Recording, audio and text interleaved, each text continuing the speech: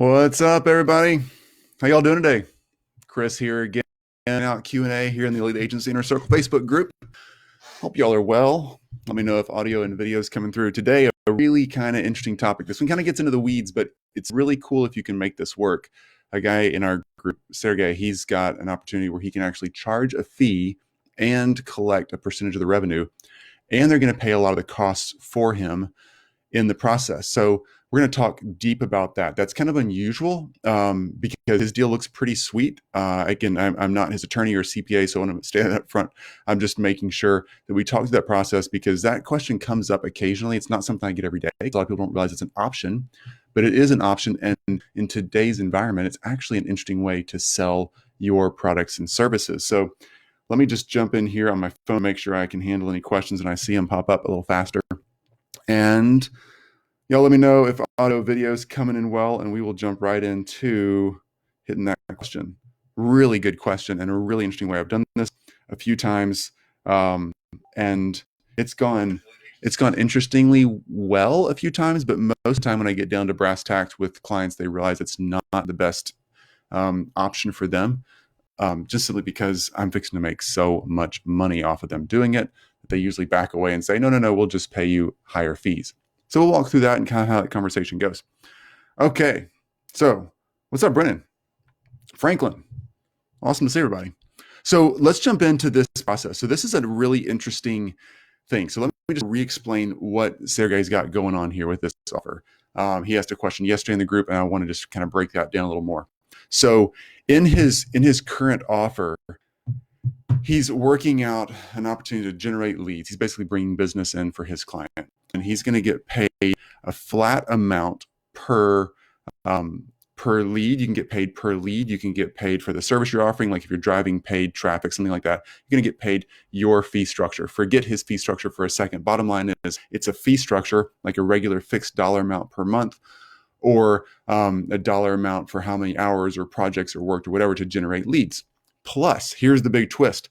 Plus, he's got an opportunity. What's up, Brennan? Good morning.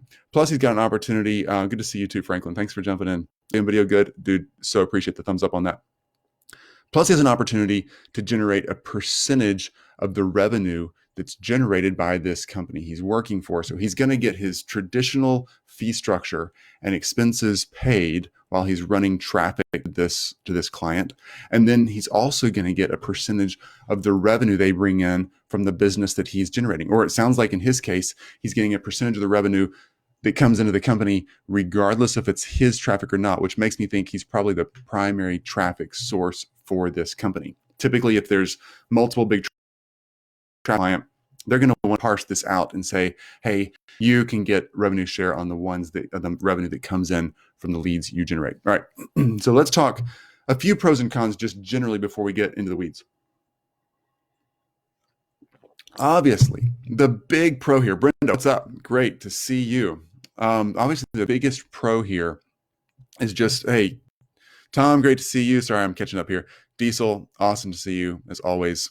You're all just so much fun to hang out with. Thanks for coming along, especially talking about this kind of stuff. This is nerdy agency ownership, profit margin stuff right here. But if you figure this one out, it's worth some money. So let's talk. So the big pro here is obviously that you as the agency owner, you as a creative, you as someone who helps drive traffic, drive opportunity, and build things for your clients that make them richer, you get a chance to share in that profit. Not just the amount they pay you, but you're actually getting to win big, get a percentage of their real revenue. That could be huge, right? I mean, that could be amazing. Here's the twist. If they're lowering your fee, so let's say you charge, I'm just going to pick a number. Let's say you're going to charge $10,000 to manage the process, the ads, the traffic, all the stuff that you're going to do, plus the ad spend on top of that. So your base fee, again, I'm just going to pick a number out of the sky, $10,000 a month to do all the work. And then you're going to run ads on top of that, and your client's going to typically have to pay for the ad spend they spend with Facebook, Google, or whoever, right? So if you're doing that work, if you're a funnel builder, if you're a webinar builder, if you build websites, anybody can profit share. All right, anybody can do this. Your service is paid for, plus they're going to give you a percentage of their revenue. That's a huge win. Often they want to pay you a little less. They want to pay you like $5,000 a month or $2,000 a month or something less than the original agreed upon amount. and do revenue share, because they're trying to lower their front end fixed costs and offset some of that with future returns that they're going to get. And they're going to pay you off of the success that you bring them. Now, I understand that. That's a really cool model. It makes sense for them that they would want to offset the risk. And if you're so good, prove it, come along with me, partner with us, whatever. I get that methodology. All right. The point is, though, what's up, Philip? Awesome to see you, dude. The point is, CN, great to see you too. The point is that this guy right here, Sergey, looks like he has an opportunity to keep his original fee structure in place and get a percentage. And they're going to cover the ad costs. So in paid traffic, typically, if you get into a revenue share, typically the client's going to want to pay you a little less for your base management fee. They're also going to want to make you cover the ad cost. So any Facebook or Google ads, whatever spend you're going to do anywhere, YouTube, wherever it is, they're going to want you to cover the cost. So you're really inheriting a lot of the risk, and you have to prove your worth based on your results, and you get paid based on your results. Okay. That seems like a fair little teeter-totter of how the power split should go. But in this case, from yesterday's question in the Facebook group, you can scroll down and see it. It's right below this post, or maybe one or two down. You can see that Sergey is actually getting a chance to get all of his expenses covered, plus the client's going to pay for any of the ad costs, plus he's getting a revenue share. Now, that's super cool. All right. That's a really unique opportunity. And I would definitely start going that direction if you can confirm that it's a really good deal, meaning from a liability legal standpoint, and that you're not fixing to get just screwed over. So that's where that often goes, unfortunately, is people jump in and they get hurt in the deal because the larger client that you're working for, and Sergey, I'm not saying you're working with someone who's shady. I'm not saying that at all. Just saying, be super careful anybody who gets in this process, because a larger client, somebody with a bigger legal budget, or that actually has an attorney, if you don't even have an attorney, there needs to be contracts in place. And the contracts need to be very, very fair for both sides. Obviously, I would advise you to make it more fair from your side, because I'm here to talk to you and protect you. But make sure those contracts are fair. Make sure there's some ironclad language in there that guarantees that the work you're doing is trackable and actually relatable to the revenue. Okay. Now, revenue comes in a couple of forms. Some people think revenue is the top line income that comes into your client's business, meaning the first dollar they make before they spend it on expenses, their salaries, their staff, their business expenses, all that kind of stuff. Some people, depending on how the contract's written, will say that revenue, no, it's actually the net. It's what comes out at the bottom of the profit and loss statement, which means after all expenses, that's what we share.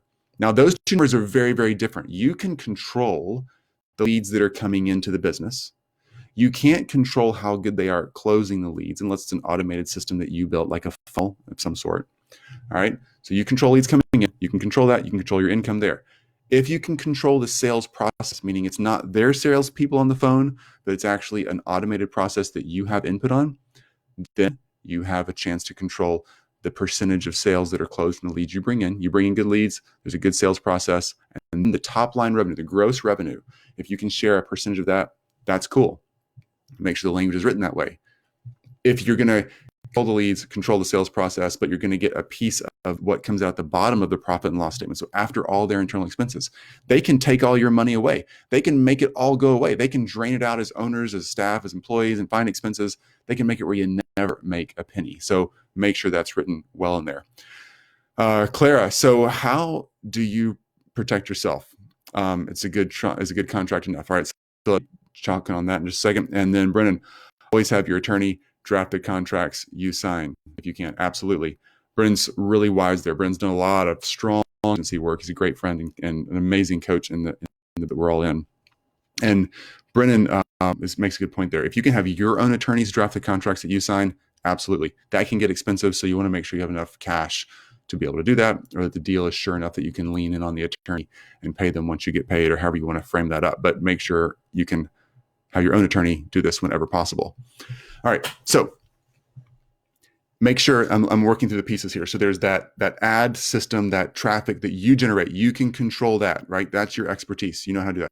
If you can control the sales and closing process, especially if it's automated through like a webinar or some funnel or some video series or something like that, where you help them craft the message and make sure that system is actually working, that's another big piece in your favor. And then you want to make sure it's top line revenue. So gross revenue, the money that comes in, first dollar is what gets split between you and them. Then they can take all the expenses they want out of their percentage. Okay. Now, let's say that you're bringing the traffic in, and then we'll flip this around and say that you're in charge of the funnel process. All right. But let's say that you only get one of those two pieces. You get to bring the traffic in, or you bring the funnel process and sales system to the equation.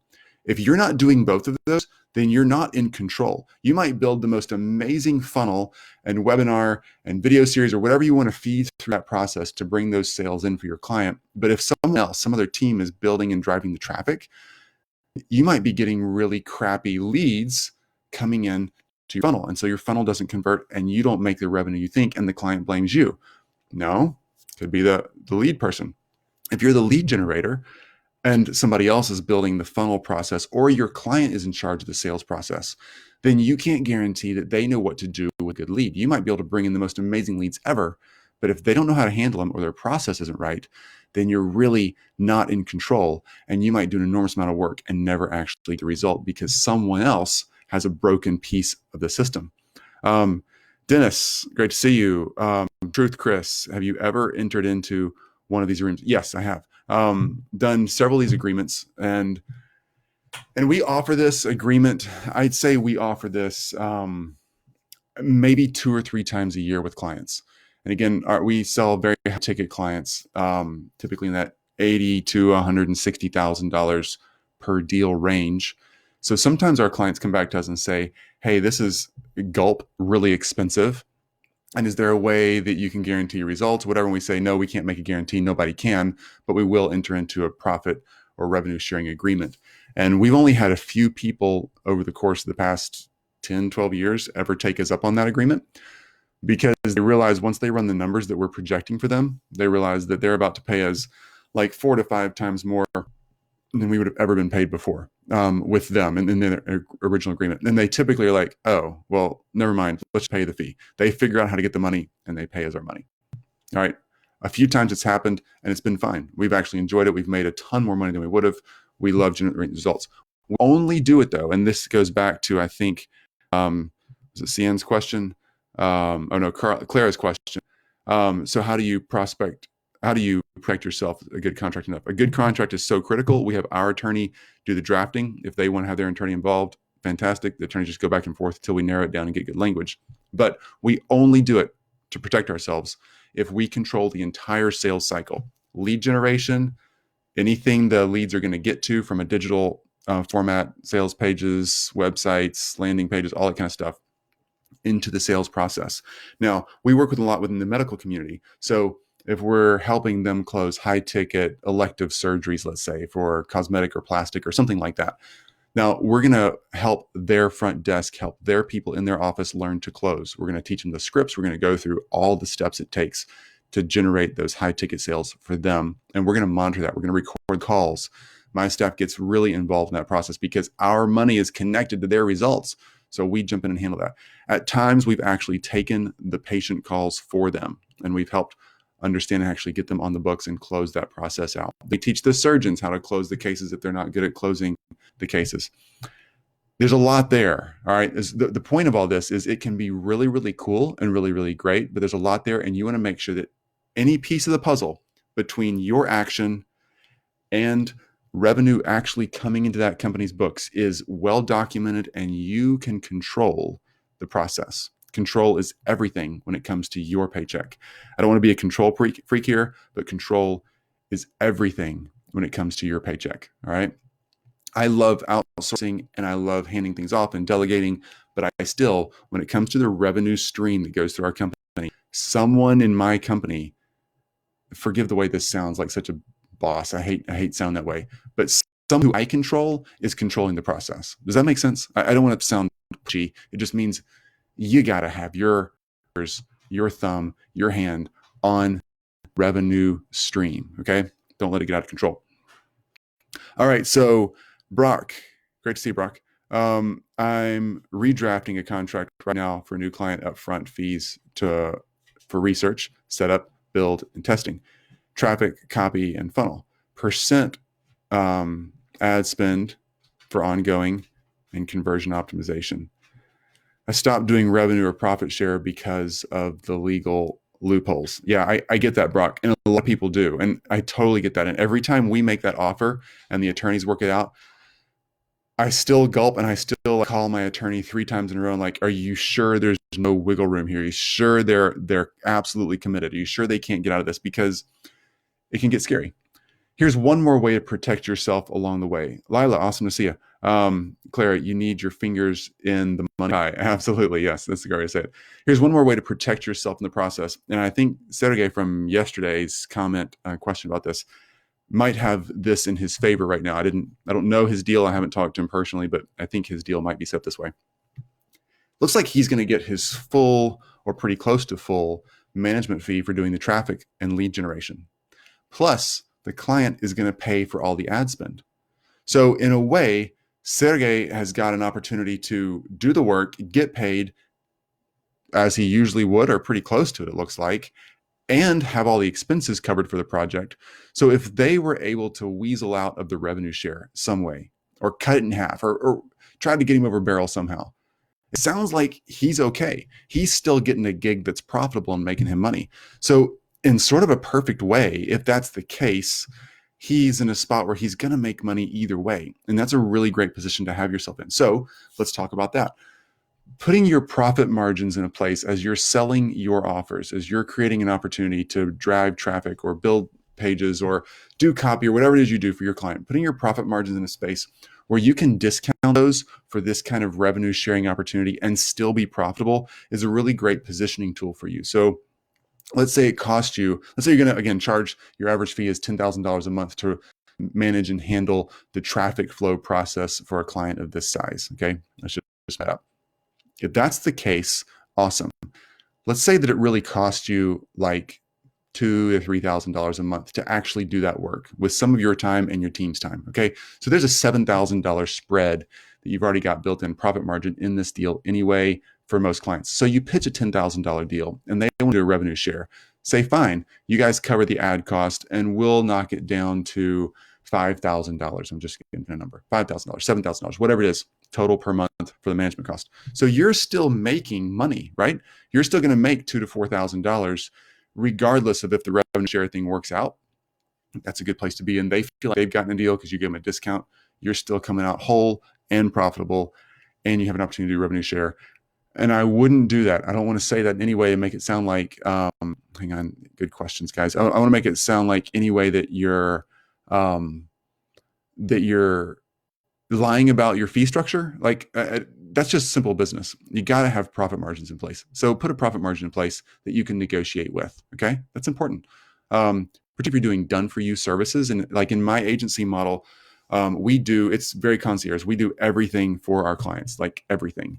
And we outsource a ton of that, but we mark up our hourly rates and we mark up anything we can. We pass outside expenses through, but we mark up the pieces that we physically touch or are involved in to a point where we can be flexible with deals like that as they come around so that we can make sure that we have a little wiggle room. That's important. It's an important thing to learn as you're building in profit margins in your creative agency.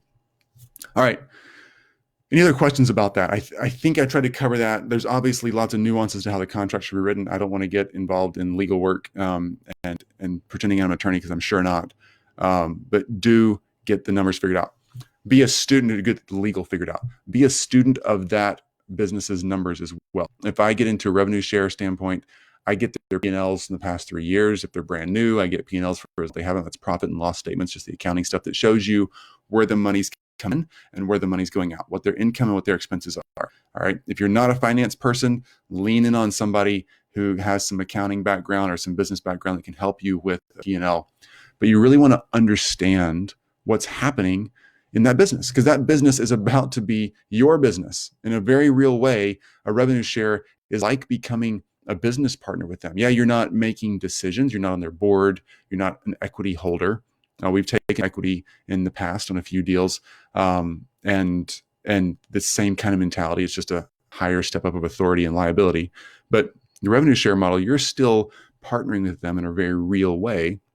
You need to know what's going on with them. You really do. it's like kind of hiring, this is creepy. It's like getting a blood test and then hiring a private eye for, you know, a partner that you're with, like a dating personal relationship partner. I know that's like not the best probably start for a relationship if you're that skeptical of the person to begin with, but it's like that. Go in really skeptically. You want to make sure they are safe and they are who they say they are, because there's a lot of risk in that model. Okay. All right, Brennan, Chris, tell everyone what margins should agencies shoot for. Fantastic, Brennan. Lori, great to see you. Glad you're here. So great question, Brennan. You're welcome to pitch in here as well. Most agencies typically find themselves in margins, meaning what's left over after you do all the work. So let's say, again, let's just use a $10,000 a month project. Most agencies typically find themselves in a 20 to 40% margin. Okay. Any agency that tips over that 50% margin typically thinks of themselves as a superstar agency. And that is a good margin, meaning that if you're charging $10,000 per month, your cost is, I mean, for all your staff hours, all the outsourcing you got to do, everything you got to spend on ads, everything that's going to come out of that $10,000 accounted for, there's $5,000. If you're 50% margin, there'd be $5,000 left for you to take home. All right.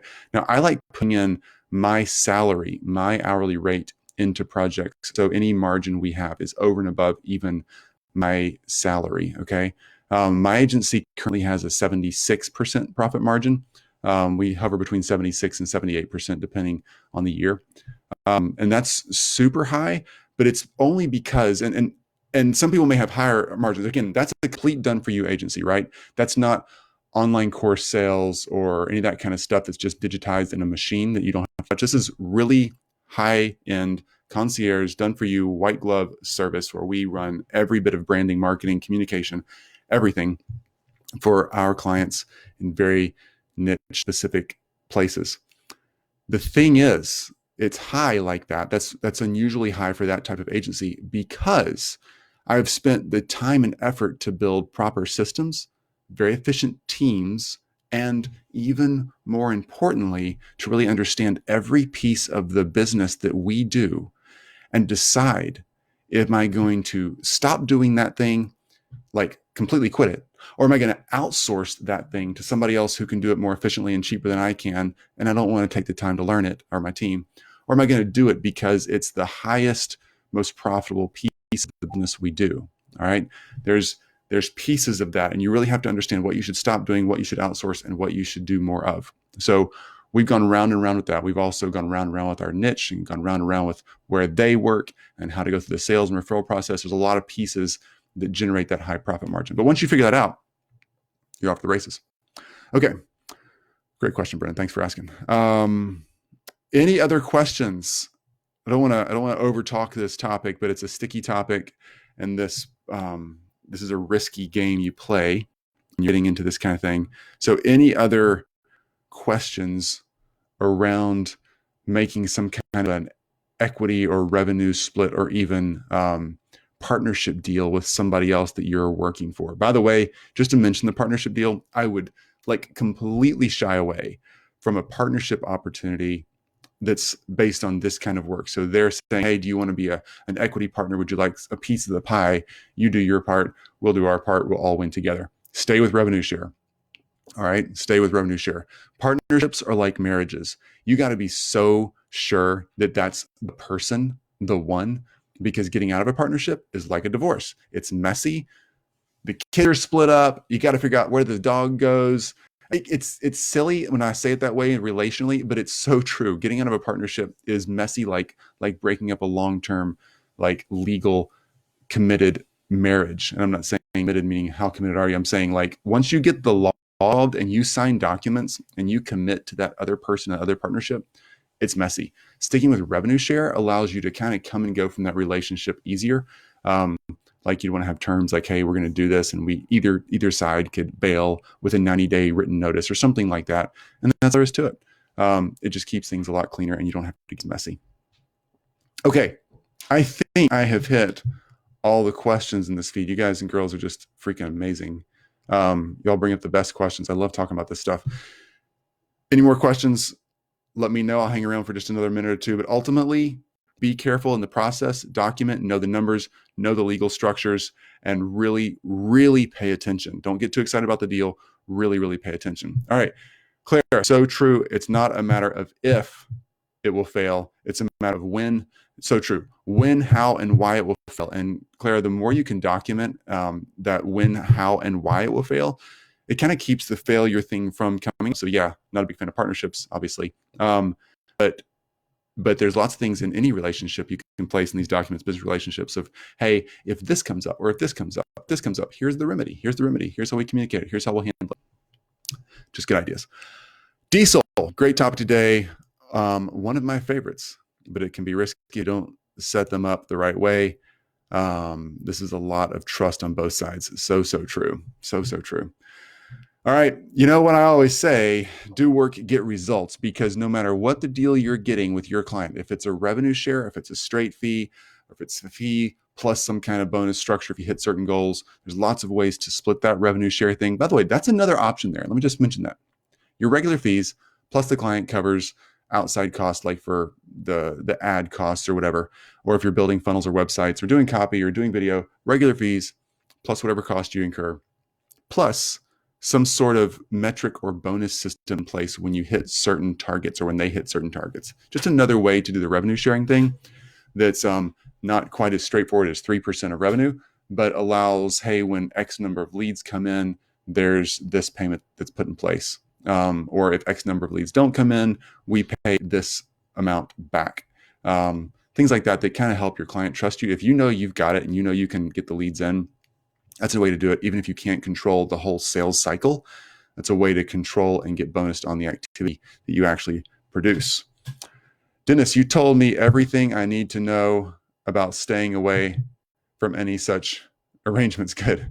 If all this is accomplished is pushing someone away from this kind of arrangement and that's what's best for them, I'm not saying that's Dennis's case, then great. You know, it's complicated. If you love your fee structure and you don't need to lean in on this kind of thing, don't. But every now and then some of these really work out and they become very profitable. Back to do work, get results, do work, get results. Doesn't matter what kind of deal you're proposing, it's activity that matters. If you're doing a deal that's risky to you, or you're unsure about it, and you wish you had other deals you could lean on instead of that one, do the activity. Go out there and get after that market and reach out to people, learn how you can help them, learn what you can offer for them, and really make sure you make the connections and make them strong. The activity will give you the results, will give you opportunity, will give you a lot of courage behind you. If you have 10 prospects sitting behind you and you're selling one right now and you know there's 10 more waiting on the next phone call, you're in a lot better position to pitch the deal that's best for you and your agency and for the client, because the pressure, the emotional pressure of tight finances and all that is off your plate. And that's a great thing to get behind you. Okay, folks, have a fantastic Tuesday. I'll talk to you all on Wednesday. We have a couple more really cool interviews during our Q&As coming up this week and next week. And I think you'll love who we're going to have on here. So jump in here. We'll do Q&As. And as I bring other guests in key expert areas in their niche, ask the questions you got. And I'll try to make sure I notify you about those in the group the day before, just so we can make sure you got your questions together and you can be ready to rock. Make sure you get all the value you can out of this stuff. Have a fantastic day. Do work. Get results. Bye.